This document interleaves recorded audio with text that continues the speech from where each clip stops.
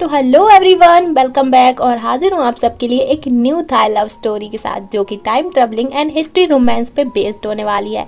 Because ड्रामे की जो मेन लीड है कैमियन हमारी हीरोइन, उसके साथ ना फ्यूचर में कुछ ऐसा होता है जिस वजह से वो टाइम ट्रेवल करके 200 साल पीछे मतलब राजा महाराजाओं वाले ज़माने में पहुंच जाती है और वो वहाँ पे अपने प्यार से भी मिलती है। बट क्या दोनों की लव स्टोरी पूरी हो पाएगी और क्या हमारी क्रीम वापस फ्यूचर में आ पाएगी या नहीं, वो तो ड्रामे को देखने के बाद ही पता चलेगा ना। तो चलिए ड्रामा स्टार्ट करते हैं। और इस स्टोरी की स्टार्टिंग होती है 1832 से, जहां हम मेबुआ नाम की बंदी को देखते हैं जो एक्चुअल ड्रामे की विलेन है।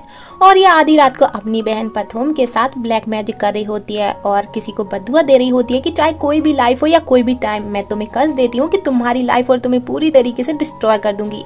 फिर वो अपनी बहन पतोम को बोलती है कि अगर कभी तुम्हारे बच्चे हुए या फिर ग्रैंड चिल्ड्रंस हुए ना, तो तुम्हें उन्हें ऑन नाम की बंदी को ढूंढ के मारने का ऑर्डर देना होगा। वो यहाँ वापस आके मुझसे उसे नहीं छीन सकती। उसे पूरा जोर जोर से बोले जा रही होती है और फिर पानी में कूद के सुसाइड कर लेती है। देन स्टोरी प्रेजेंट में शिफ्ट होती है जहाँ पे पैथ ये स्टोरी अपने बेटे को सुना रही होती है और उसे ऑन का स्केच देते हुए किसी भी तरह उसे ढूंढ के मारने का बोलती है। फिर चाहे इसमें उन्हें कितना भी टाइम क्यों ना लग जाए या फिर उनकी कितनी ही जनरेशन क्यों ना चली जाए, जब तक ऑन उन्हें मिल नहीं जाती उन्हें ऑन को ढूंढते रहना है। देन स्टोरी प्रेजेंट में यानी कि 2023 में शिफ्ट होती है और हम देखते हैं हमारी हीरोइन क्रीम को, जो कि उसका निक नेम है। बंदी ना अभी अमेरिका से वापस थाईलैंड आई है और उसे हिस्टोरिकल जगहों पे जाना, हिस्ट्री के बारे में पता करना बहुत ही ज़्यादा पसंद है और वो काफ़ी अच्छी फोटोग्राफर भी है। एंड ये जो बंदा इसके साथ है इसका नाम है थॉड।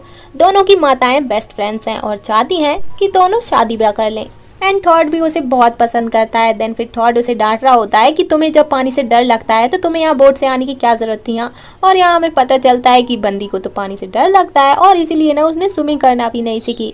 और जब वो छोटी थी ना तब से ही उसे ऐसी हिस्टोरिकल जगहों के अजीब अजीब से सपने भी आते हैं, इसीलिए उसे हिस्ट्री में इतना ज़्यादा इंटरेस्ट है। एंड वो अपने सपने में जो भी चीज़ें देखती है ना उनकी ड्राइंग भी करती है।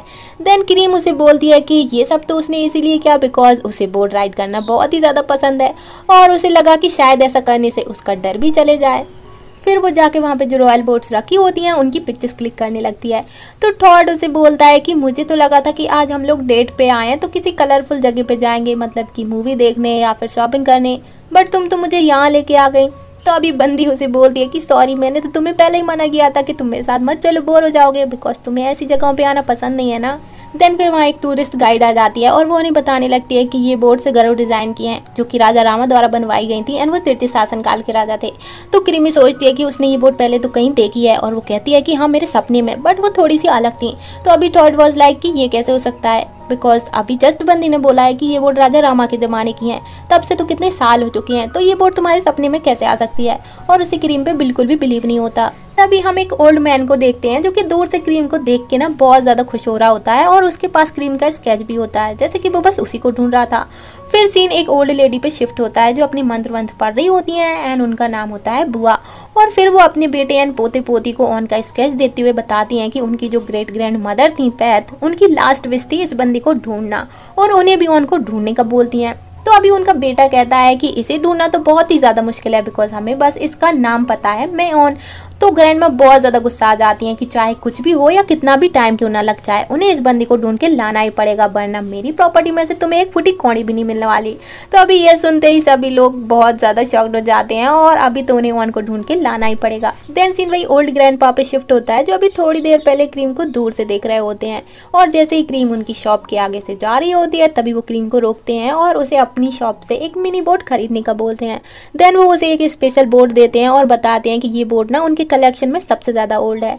तो बंदी को भी वो बोट बहुत ज़्यादा पसंद आती है और कहती है कि ये ना बहुत ही ज़्यादा क्यूट है, बट ये आपके ओल्ड कलेक्शन में से एक है तो मैं इसे कैसे ले सकती हूँ। हाँ, एंड वो उन्हें वापस करने लगती है, बट ग्रैंडपा वाज लाइक अरे नहीं नहीं, तुम इसे रख सकती हो, बट तुम्हें ना इसका अच्छे से ख्याल रखना होगा, ये तुम्हें हमेशा प्रोटेक्ट करेगी और तुम्हें कभी भी डेंजर में नहीं पड़ने देगी। तभी थॉड हमारी क्रीम को आवाज़ देता है और बंदी उसकी तरफ देखने लगती है और फिर वो जैसे ही वापस ग्रैंडपा को देखती है तो ग्रैंडपा सडनली गायब ही हो जाते हैं। फिर सेम नाइट क्रीम अपने रूम में बैठ के बस उस मिनी बोट को ही देखे जा रही होती है कि कितनी खूबसूरत है। देन वो उसे साइड टेबल पे रख देती है और फिर सो जाती है। वहीं वो ग्रैंडपा भी अपनी पोती कैओ को बताते हैं कि उन्होंने फाइनली वो लड़की ढूंढ ली है जिसे वो इतने टाइम से ढूंढ रहे थे और मैंने ना उसे वो मिनी बोट भी दे दी है। अब बस मुझे वो स्पेशल सेरेमनी परफॉर्म करने की ज़रूरत है, तो कोई भी मुझे डिस्टर्ब ना करे बोल के अपने रूम में चले जाते हैं। और फिर अपनी वो स्पेशल सेरेमनी परफॉर्म करने लगते हैं। एंड हम लोग देखते हैं कि जो बोट ग्रैंडपा ने क्रीम को दी थी ना, सडनली उसमें से बहुत तेज रोशनी होने लगती है। और फिर अगले ही सीन में जैसे ही क्रीम की नींद खुलती है ना, तो वो कोई दूसरी दुनिया में होती है, पानी के बीचों बीच, और वो भी एक बोट पे, जो देख के बंदी तो शौक ही रह जाती है कि वो यहाँ कैसे आ सकती है, वो तो अपने रूम में सो रही थी। तभी वो सामने वहाँ पे एक हैंडसम से बंदे को देखती है जिसका नाम लुआंग होता है, और यही तो हमारे ड्रामे का हीरो है। तभी लुआंग का बेस्ट फ्रेंड, बोले तो पर्सनल मेड योंग, आके उससे पूछने लगता है कि वो इतनी रात को यहाँ क्या कर रहा है, उसे तो अपने रूम में होना चाहिए।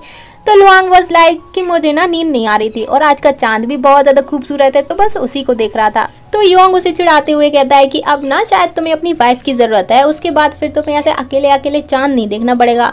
तो लुआंग गुस्साते हुए कहता है कि अगर तुम फिर से अपने उस फालतू से मंत्र को पढ़ने के बारे में मुझे बोल रहे हो ना, तो मैं वो कभी नहीं करने वाला। बिकॉज योंग के पास एक मंत्र है जिसका नाम है पेट्रा नरोमित, और उसे पढ़ने से बंदे को लगता है कि किसी को भी उसका सोलमेट मिल जाता है। तो अभी वो लुआंग के पीछे पड़ा हुआ है कि वो इस मंत्र को पढ़े और उसे उसकी सोलमेट मिल जाए। बट लुआंग को ना इस सब चीज़ों पे बिल्कुल भी बिलीव नहीं है, इसीलिए वो हर बार बंदे को मना कर देता है। वहीं क्रीम भी इनकी बातों को सुन रही होती है और वो सोच रही होती है कि ये लुआंग कौन है एंड ये किस मंत्र की बात कर रहे हैं। तभी उसकी बोट हिलने लगती है और बंदी सीधा पानी में गिर जाती है। तो लुआंग को उसकी आवाज़ आती है बट उसे कोई दिखाई नहीं दे रहा होता। तो वो योंग को पूछता है कि तुमने किसी की आवाज़ सुनी पानी में गिरने की, वो हेल्प के लिए बोल रहा था। तो योंग वॉज लाइक कि नहीं तो, और वैसे भी इतनी रात को यहाँ आएगा ही कौन। वहीं हम क्रीम को देखते हैं जिसकी सडनली नींद खुल जाती है और वो बहुत ज़्यादा डरी हुई होती है एंड उसे लगता है कि ये बस एक बुरा सपना था। वहीं दूसरी तरफ क्या भी ग्रैंडपा को पूछती है कि क्या हुआ, वो सक्सेसफुल हुए। तो ग्रैंडपा बताते हैं कि नहीं, क्योंकि ये जो मंत्र है पेट्रा नरोमित, वो दोनों दुनियाओं में एक साथ और एक ही टाइम पे पड़ा होना चाहिए, तभी सक्सेसफुल होगा। तो क्या पूछती है कि तो हमें पता कैसे चलेगा कि दूसरी दुनिया में वो जो लोग हैं वो इस मंत्र को कब पढ़ने वाले हैं। तो ग्रैंडपा वाज लाइक कि वो तो मुझे नहीं पता, बट जब तक हम सक्सेसफुल नहीं हो जाते हमें कोशिश करते रहनी है और बस अपनी ड्यूटी पूरी करनी है। देन सीन क्रीम पे शिफ्ट होता है जो अपनी फ्रेंड को मिलती है। तो उसकी फ्रेंड उसे बताती है कि उसे ना एक ओल्ड ट्रेडिशनल थाई हाउस में फोटोशूट करना है, बट वहाँ के जो ओनर है मिस्टर नोप, वो उसे परमिशन ही नहीं दे रहे हैं। और वो उसे उस हाउस की पिक्चर भी दिखाती है जिसे देख के क्रीम तो शॉक ही हो जाती है, बिकॉज ये वही सेम घर और सेम जगह होती है जो उसने कल रात अपने सपने में देखी थी। और फिर वो सीधा मिस्टर नोप से मिलने के लिए पहुंच जाती है जो कि हिस्ट्री के प्रोफेसर होते हैं। देन वो उन्हें अपने सपने के बारे में बता दिया है और उस मंत्र के बारे में भी पूछती है जिसके बारे में उसने सपने में देखा था। एंड वो उन्हें उस ट्रेडिशनल थाई हाउस का स्केच भी दिखाती है जो वो अपने सपने में देख के बनाई थी। तो ऑब्वियसली प्रोफेसर जी भी बहुत ज्यादा शॉक हो जाते हैं और उन्हें लगता है कि शायद ये कोई कोइंसिडेंस भी हो सकता है। बट वो कल क्रीम को अपने घर आने की परमिशन दे देते हैं। फिर सीन ग्रैंडमा पे शिफ्ट होता है जो मेबुआ की सोल से ये पूछती है कि आखिर ये ऑन नाम की बंदी है कौन। देन स्टोरी पास्ट में यानी कि 1832 में शिफ्ट होती है और हम मेबुआ को देखते हैं जो लुआंग के घर उससे मिलने के लिए आती है। तो लुआंग की मॉम उसे वेलकम करती हैं और फिर दोनों की बातों से हमें पता चलता है कि दोनों फैमिलीज ना बहुत ही ज्यादा रिच हैं और लुआंग और मेबुआ की शादी ना बचपन में ही इनके डैडीज द्वारा फिक्स कर दी गई थी। तो अभी मेबुआ तो बचपन से ही लुआंग को पसंद करती है और अगर गलती से लुआंग के आजू बाजू कोई बंदी दिख भी जाए ना तो उसे बिल्कुल भी बर्दाश्त नहीं होता। देन सीन लुआंग पे शिफ्ट होता है जो तलवारबाजी की प्रैक्टिस कर रहा होता है। तभी योंग उसके पास आके बताता है कि मेबुआ उससे मिलने के लिए आई है और फिर कहता है कि आप अपने घर वालों को क्यों नहीं बोलते हाँ कि बुआ के घर जाके ऑफिशियली शादी की बात करें। और फिर पूरा वो तो मेबुआ की बड़ाई मारने लगता है कि आपको पता है मेबुआ जैसी सुंदर लड़की ना पूरे राज्य में कहीं नहीं है, वो कितनी खूबसूरत है, सारे लौंडों की नजरें ना बस उसी पे होती हैं, पर एक आप हो जो उसके लिए कुछ फील ही नहीं करते, इवन किसी भी बंदी में इंटरेस्ट नहीं है। तो लुआंग वाज लाइक कि वो ऐसा नहीं कर सकता बिकॉज उसकी फैमिली वालों ने तो पहले ही उसकी शादी मेबुआ से फिक्स कर दिया है। तो अभी क्या फर्क पड़ता है बंदा बंदियों में इंटरेस्ट ले ना ले, उसकी शादी तो मेबुआ से ही होनी है। तो योंग कहता है कि हाँ तो जल्दी से उससे शादी कर लो ना और फिर अपनी पसंद की सेकंड वाइफ ढूंढ लेना, बिकॉज उस जमाने में तो बंदा 2-3 शादियां आराम से कर सकता था ना। बट लुआंग सीधे ही मना कर देता है कि नहीं, मेरी लाइफ में ना मैं बस एक ही वाइफ रखना चाहता हूँ बिकॉज मेरा दिल एक है तो प्यार भी मैं एक से ही करने वाला हूँ। और बोल के वहाँ से जाने लगता है बट तभी वहाँ पे मेबुआ आ जाती है और फिर आते ही वो लुआंग से चिपकने लगती है, उस पर लाइनबाजी मारने लगती है। बट बंदा ना उसको बिल्कुल भी भाव नहीं दे रहा होता। तभी वहाँ पे जैन आ जाती है जो कि मेबुआ की पर्सनल मेड है। तो मेबुआ उस पर ना झूठी मूठी का चिल्लाने लगती है और कहती है कि तुम मुझे यहाँ अकेला छोड़ के कहाँ चली गई थी। हाँ तुम्हें पता है अगर लोग यहाँ हमें ऐसे अकेला देख लेते तो हमारे बारे में क्या क्या सोचते कि हम यहाँ अकेले में क्या कर रहे थे। हाँ और फिर वो लुआंग को बाय बोल के ना वहाँ से जाने लगती है। देन वो पैथ को बोलती है कि वो लुआंग को पटाने की, उस पर लाइनबाजी करने की इतनी ज्यादा ट्राई करती है बट बंदा उसे बिल्कुल भी भाव नहीं देता और काफी ज्यादा सैड सी लग रही होती है। तो अभी पैथ उसे सोच के बोलती है कि कहीं वो किसी और को पसंद तो नहीं करता है ना। और वहीं सेम योंग भी लुआंग को पूछ रहा होता है कि आखिर मेबुआ में ऐसा क्या बुरा है हाँ जो तुम उसे पसंद नहीं करते। तो लुआंग कहता है कि उसमें बुराई कोई नहीं है, बट पता नहीं क्यों मैं उसके लिए ऐसा फील ही नहीं करता, और मैं चाहे खुद को कितना भी फोर्स क्यों ना कर लूँ, मैं उससे प्यार कर ही नहीं पाता। तो योंग वॉज लाइक कि हाँ शायद मुझे ना पता है कि आप उसके लिए कुछ फील क्यों नहीं करते, क्योंकि वो ना आपकी सोलमेट नहीं है, इसलिए आपके लिए बहुत ज़्यादा डिफिकल्ट है। और फिर से अपने वो स्पेशल पैटर्न नरोमित मंत्र को यूज़ करने का बोलने लगता है, बट योंग वॉज लाइक कि नहीं, मुझे तुम्हारे वो अजीब से मंत्र को यूज़ नहीं करना। तो योंग वॉज लाइक कि इसमें अजीब क्या है, हाँ मैंने इतनी मेहनत से आपके लिए वो मंत्र सीखा है, और अगर आप उसे यूज़ नहीं करोगे तो वो तो वेस्ट ही हो जाएगा ना। वहीं दूसरी तरफ हम ग्रैंडपा को देखते हैं जो कि फिर से अपनी वो स्पेशल सेरेमनी परफॉर्म कर रहे होते हैं, जिस वजह से क्रीम फिर से वो दूसरी वाली दुनिया में पहुंच जाती है। बट इस बार लुआंग उसे देख सकता था, और जब लुआंग उसे देखता है ना तो बस देखते ही रह जाता है, और फिर दोनों एक दूसरे को स्टेयर किए जा रहे होते हैं। बट सडनली लुआंग के सामने से क्रीम गायब हो जाती है, जिसे देख के बंदा तो बहुत ही ज़्यादा शॉक हो जाता है, और वहीं क्रीम भी नींद से उठ जाती है और ग्रैंडपा फिर से फेल हो जाते हैं। देन फिर लुआंग योंग को पूछता है कि तुमने अभी वो लड़की देखी क्या? तो योंग वॉज लाइक कि लड़की? कौन सी लड़की? हाँ यहाँ तो कोई भी नहीं है। देन फिर नेक्स्ट मॉर्निंग हम लोग देखते हैं कि लुआंग ना क्रीम के बारे में ही सोच रहा होता है कि सडनली वो बंदी कौन थी जो एक सेकंड दिखी और दूसरे सेकंड ही गायब हो गई। तभी वहाँ पे योंग आके उसे अपने मंत्र को यूज़ करने के बारे में कहता है और रिक्वेस्ट करने लगता है कि प्लीज़ भाई यार कर ले यूज़, अगर ठीक से काम किया तो तुझे तेरी सोलमेट मिल जाएगी, और अगर काम नहीं किया तो वैसे भी तुझे मेरी बुआ से शादी तो करनी है ना, करते रहना, क्या फ़र्क पड़ता है, और जब तक ट्राई नहीं करोगे तब तक पता कैसे चलेगा। हाँ देन फिर सीन प्रेजेंट में शिफ्ट होता है और हम क्रीम को देखते हैं जो टॉड के साथ प्रोफेसर के घर आती है उनके घर को देखने के लिए।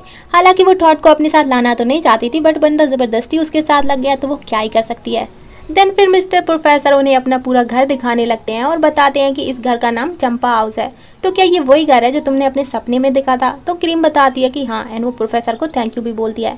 तो टॉड कहता है कि वो हमेशा अपने सपनों के पीछे क्यों भागती रहती है, हाँ, और वो बस सपने ही तो हैं, उन्हें इतना भी क्या सीरियसली लेना। बट तभी वहाँ पे ग्रैंडपा आ जाते हैं जो कि यहाँ के केयर टेकर हैं, और वो क्रीम को वहाँ पे देख के ना बहुत ही ज़्यादा शॉक हो जाते हैं, और क्रीम भी उन्हें वहाँ पे देख के बहुत ही ज़्यादा शॉक हो जाती है एंड काफ़ी ज़्यादा सरप्राइज भी। देन वो उन्हें हेलो बोलती है और कहती है कि आपने मुझे पहचाना, आपने मुझे वो स्मॉल बोट दी थी, और बताती है कि बट जब से वो बोट मेरे पास आई है ना मुझे अजीब से सपने आने लगे हैं। तो ग्रैंडपा पूछते हैं कि कैसे सपने, बट इससे पहले कि क्रीम उन्हें कुछ बताए तभी टॉड गुस्साते हुए बोलता है कि इन्हें कुछ भी बताने की कोई ज़रूरत नहीं है, और ये सारे के सारे ना मिले हुए हैं, मुझे तो सारे कॉन आर्टिस्ट लगते हैं, तुम्हें बेवकूफ़ बना रहे हैं ताकि तुम्हारा पैसा ऐड सके। बट तभी वहाँ पर क्या आवाज़ आती है और वो गुस्साते हुए टॉड को बोलती है कि ये कॉन आर्टिस्ट किसको बोला? हाँ, तो टॉड वॉज लाइक कि तुम सब लोग मिले हुए हो ना, इसे बेवकूफ़ बना रहे हो।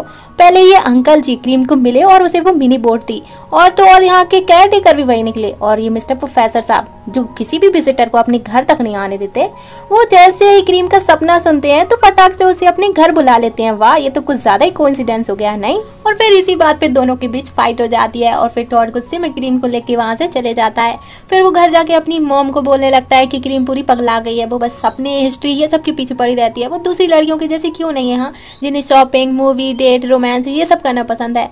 तो उसकी मॉम कहती है कि वो दूसरों की तरह नहीं है, इसलिए तो तुम उसे पसंद करते हो। एंड वो उसे आइडिया देती है कि क्यों ना वो उसे अपनी ग्रैंड मदर बुआ के पास लेके जाए, उन्हें तो हिस्ट्री के बारे में अच्छा खासा पता है, तो वो क्रीम की हेल्प भी कर सकती हैं। तो बंदे को ना ये आइडिया काफ़ी पसंद भी आता है, और फिर अगले ही दिन बंदा क्रीम के साथ ग्रैंड माँ से मिलने के लिए पहुंच जाता है।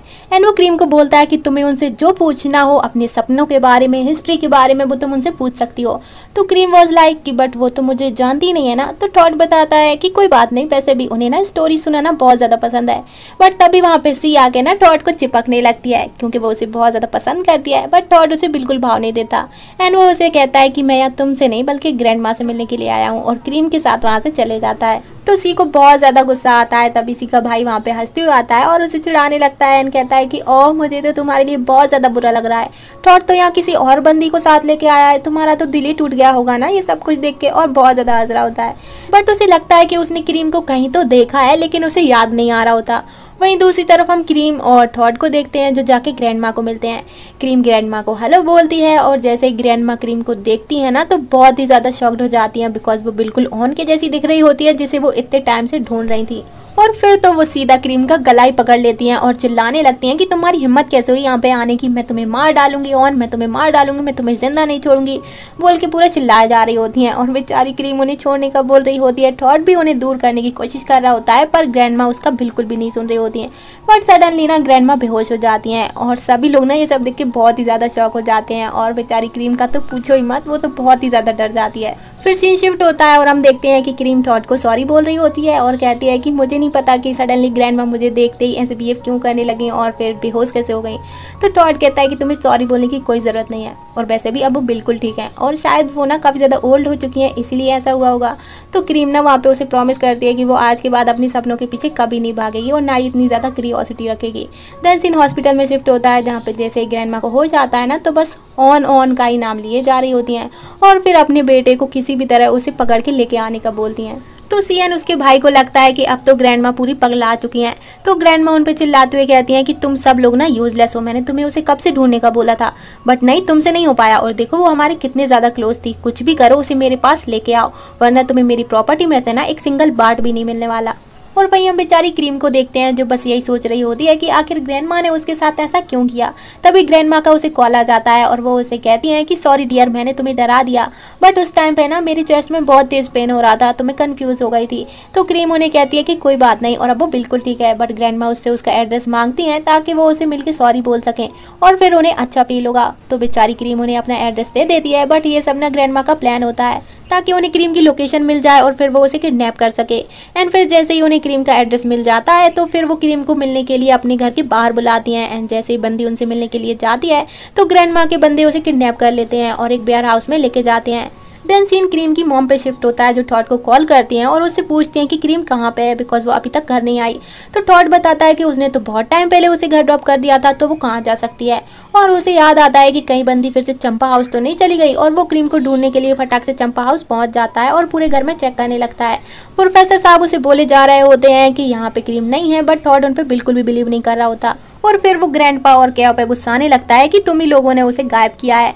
और ये सुनते ही ग्रैंडपा समझ जाते हैं कि क्रीम पक्का किसी डेंजर में है और फिर वो जल्दी से अपने रूम में जाने लगते हैं एंड केओ को बोलते हैं कि कोई भी उन्हें डिस्टर्ब ना करे। तो टॉड ना उन्हें पुलिस को बुलाने की धमकी देने लगता है बट यहाँ पे केओ उसे बोलती है कि तुम्हारी गर्लफ्रेंड ना फिलहाल बहुत ज़्यादा डेंजर में है और अगर तुम अपनी गर्लफ्रेंड को जिंदा देखना चाहते हो ना तो उसका बस यही रास्ता है, सो चुपचाप से खड़े रहो। वही सीन वेयर हाउस में शिफ्ट होता है और हम लोग देखते हैं कि ग्रैंडमा ना सभी को वहाँ से जाने का बोल देती हैं कि अब आगे मैं खुद ही देख लूंगी और फिर सभी लोग वहाँ से बाहर चले जाते हैं। देन सीन पास्ट में शिफ्ट होता है और हम लोग देखते हैं कि लुआंग भी फाइनली योंग के इतनी बार इंसिस्ट करने के बाद उस स्पेशल मंथ को ट्राई करने के लिए रेडी हो ही जाता है। देन योंग कहता है कि अब तो आपको आपकी सोलमेट बहुत जल्द मिलने वाली है और फिर ना आप मुझे रिवॉर्ड दोगे, देख लेना। तो लुआंग वाज लाइक कि ये सब ना मैं बस इसलिए कर रहा हूँ ताकि तू फिर अपनी ये फालतू और नॉनसेंस बातें करना ना बंद कर दे। देन फिर योंग उसे जैसे जैसे बताता जाता है लुआंग वैसा वैसा करता जाता है एंड मंत्र पढ़ना स्टार्ट कर देता है। वहीं प्रेजेंट में हम लोग देखते हैं कि ग्रैंडपा भी वही सेम मंत्र पढ़ना स्टार्ट कर देते हैं ताकि वो क्रीम को बचा सकें। और हम लोग ग्रैंडमा को देखते हैं जो कि बेचारी क्रीम को मारने के लिए ना गन उठा लेती हैं और कहती हैं कि फाइनली इस लाइफ में मैंने तुम्हें ढूंढ ही लिया और अब तुम चाह के भी वहाँ वापस नहीं जा सकती। तभी क्रीम को होश आ जाता है और वो देखती है कि ग्रैंडमा उसके सामने गन लिए हुए खड़ी है तो वो बहुत ज़्यादा डर जाती है और कहती है कि ग्रैंडमा आप ये क्या कर रहे हो, मुझे शूट मत कर देना। बट ग्रैंडमा तो बहुत ही ज़्यादा ज़ोर ज़ोर से हंसने लगती हैं और वो उसे शूट कर देती हैं। बट इससे पहले कि गोली क्रीम को लगे ना सडनली वो गायब हो जाती है और गोली की आवाज़ सुन के जैसे ही सभी लोग वापस अंदर आते हैं ना तो उन्हें बस ग्रैंडमा मिलती हैं जो कि ज़ोर ज़ोर से चिल्ला रही होती हैं। तो सभी लोग उन्हें पूछने लगते हैं कि क्या हुआ, वो ऐसे क्यों चिल्ला रही हैं। तो ग्रैंडमा बताती हैं कि वो लड़की गायब हो गई, वो यहीं मेरे सामने खड़ी थी बट सडनली हवा में गायब हो गई और वो किसी भी तरह उसे वापस लेके आने का बोलने लगती हैं और कुछ ज़्यादा ही आप से बाहर हो जाती हैं। तो टेप को उन्हें बेहोश करके वहाँ से लेके जाना पड़ता है। देन सीन पास्ट में शिफ्ट होता है और हम लुआंग को देखते हैं जो मंत्र पढ़ने के बाद योंग को पूछता है कि तो कहाँ है मेरी सोलमेट, हाँ जिसके बारे में तुम मुझे बोल रहे थे, अभी तक आई नहीं। तो योंग उसे डरते हुए पीछे देखने का बोल रहा होता है और जैसे ही लुआंग पीछे देखता है तो वो क्रीम को देख के ना बहुत ही ज़्यादा शॉक्ड हो जाता है। और फर्स्ट पार्ट ना यहीं पे कंप्लीट होता है एंड ये एक ऑन गोइंग ड्रामा है जो कि काफ़ी ज़्यादा इंटरेस्टिंग लग रहा है आई थिंक। एंड इसका ना वीकली सिर्फ 2 पार्ट ही आने वाले हैं। सो मिलते हैं नेक्स्ट पार्ट में, तब तक के लिए सायोनारा, बाय बाय।